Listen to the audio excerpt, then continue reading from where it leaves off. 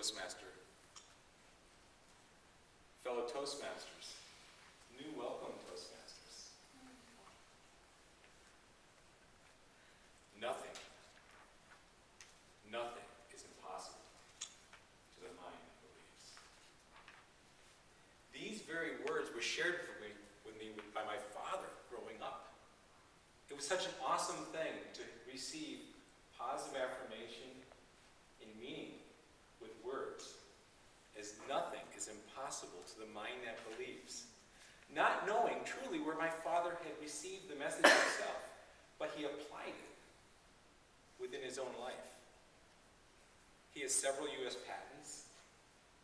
He has had many successes. He was a Little League coach, and that in itself was wonderful beyond means.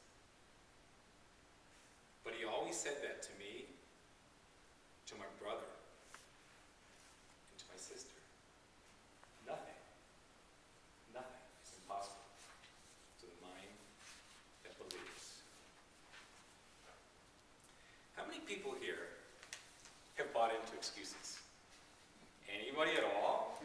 Come on. Okay, let me reword the question. How many people here are complete with life? They've mastered every dream ever. There you go. No hands? Okay, now let me ask. Have you ever bought into an excuse? Maybe it's I'm not good enough. Maybe I'm too fat, I'm too thin, I'm too bald. Maybe it's the economy, or all the jobs are in China, there's no opportunities here. Maybe it's the government, right? They're only bailing out the big guy, not the little guy. I mean, think about the number of times that you have excuses. And see if you choose those excuses to actually limit yourself from achieving the greatness that you already are.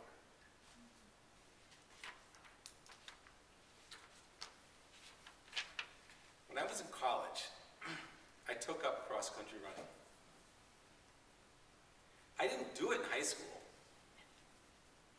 but I knew that if I was going to compete, that I could, stride for stride, be as good as anybody else on that team. I practiced mornings. I practiced afternoons. Many of the people on our team didn't always show up to practice. I followed nutrition. Heck, I even bought a subscription to Runner's World. And I read every article in there. I was confident. And I knew that when my coach timed me, that some of my times in practice were as good as the second place man, and on the heels of the first place person.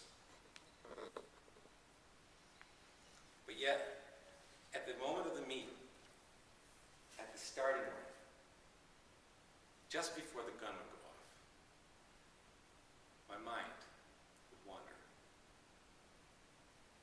I would look at the other people on my team and the other team. They started in high school. I didn't start until college. It's got some new Nikes there. Expensive. They probably got that Kevlar stuff in them. They're probably pretty fast. Just got regular sneakers. I forgot the carb load last night. Maybe I'm not even hydrated enough to run today. And that thing about lactic acid? Runner's World, I read an article where genetically some people are predispositioned to get more of it quicker. Maybe that's me. I became defeated. But when the gun would go off, I would run like crazy. I would run like a bat out of heck. And yet, the first person would pass me, and that would be okay. Second person would pass me, especially if they passed me on a hill. And then I would sit there and say, maybe next race. Maybe I can practice a little bit harder next time. And I would start to give up. I would start to accept excuses that I had created, not realizing that that's all they were excuses. You see, it doesn't matter what the situation is. It doesn't matter what the condition is, what the environment is, what the economy is. If you choose to let it be your excuse to your own personal greatness, you've already bought into that excuse to defeat yourself. But truly nothing is impossible to the mind that believes. Now there are three things that a successful mind always focuses on. Number one, they're solution-minded. Number two, they don't buy into excuses. Not theirs, and certainly they don't listen to the negative thinking of anybody else. And number three, they never give up.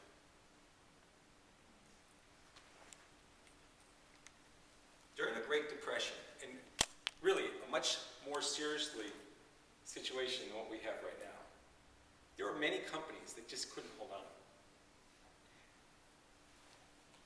They didn't have TV to get this out there as fast, and the internet, like we do. They had radio. Some didn't even have that. And yet people, minute by minute, were buying into failures.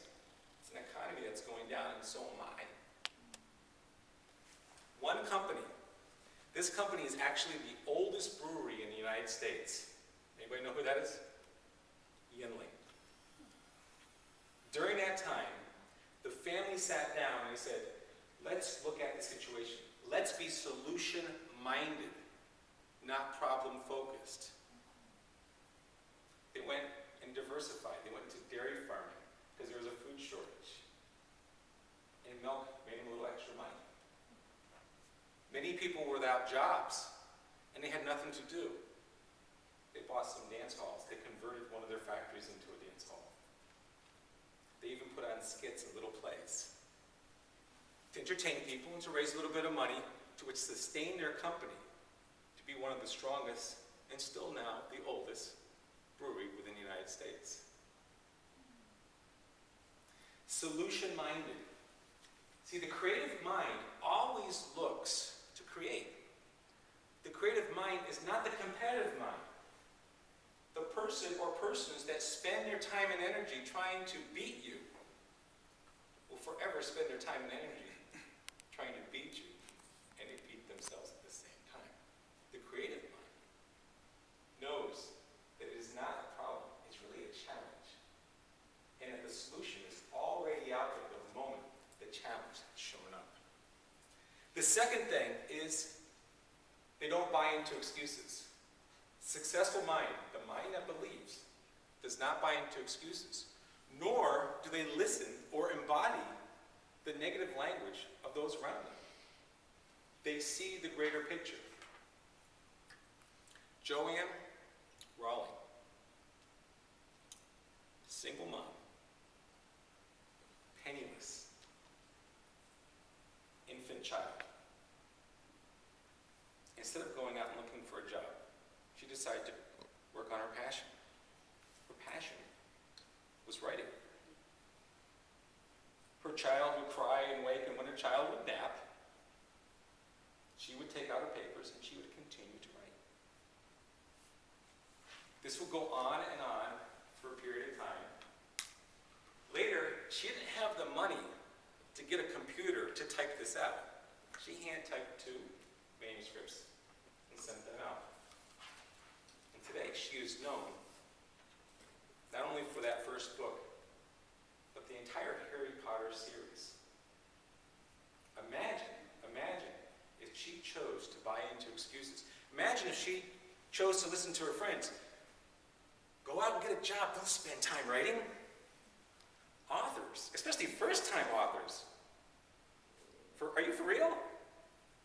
Imagine if she bought into that. She accepted nobody else's excuses, not even her own. And we have been blessed, not only by her writing. And today, Forbes recognized her as a billionaire, and she was penniless. So she's blessed too. So is the rest of the world for her writing. The third of the successful mind, the mind that believes. The mind that believes never gives up. No matter how difficult the situation is, no matter what is before them, no no matter what plan they have that may seem to fail, the successful mind knows that it's not a failure, it's a lesson. The successful mind will never give up. In the early 1900s, there was a young Scottish family that immigrated to the United States, to a small area of New York. The mother of this family, her name was Maggie Mitchell. Maggie Mitchell. Short little stocky lady. Scottish lady. And she had a young daughter, about 1 year old. And somewhere between the age of 1 and 2 years old, that young daughter, whose name is Gladys Mitchell, got stricken with the polio virus. Now we all know that the polio virus can cripple, can deform. We also know it can kill. And imagine back and during this time, many people didn't make it. But the mother was so determined. The doctors had said, if your child makes it, your child's legs are definitely going to be deformed. Forget about her ever walking. Maggie Mitchell doesn't believe that. She had a stronger belief within her. Nothing is impossible to a mind that believes. When other children were beginning to walk, she took little Gladys out of the baby carriage, and she would make her hold the baby carriage. And she would walk with her. And later, Gladys would walk, and she would start to put bricks, heavier bricks inside the baby carriage. Later, Gladys had to work with a little bit of a brace. Years later in her life, she had a small operation because one leg was longer than the other. Gladys grew up to marry, and she had walked. Not only did she walk, she had 3 of her own children, 3 sons. And in addition to her 3 sons, she raised over a dozen other homeless children and orphans. She gave them a home. And she used those same words that her mother had inspired her with. She gave them hope. Some would stay for a couple months. Some would stay for over 16 years. Her oldest son, her natural-born son, her oldest son, would grow up and see this passion, this commitment within his own mother, and he would embody those same words. Nothing is impossible to the mind that believes. That oldest son is my father, who is John Frost, who some of you have met. So it doesn't matter. It truly does not matter what excuses you may have. You can be at any moment, you can be solution-minded. You can focus on the solution and not the problem. You can accept no excuses from anybody else or make up your own. And you can choose to never, never, never give up. Today is a brand new day. And irregardless of what any excuses you may have had,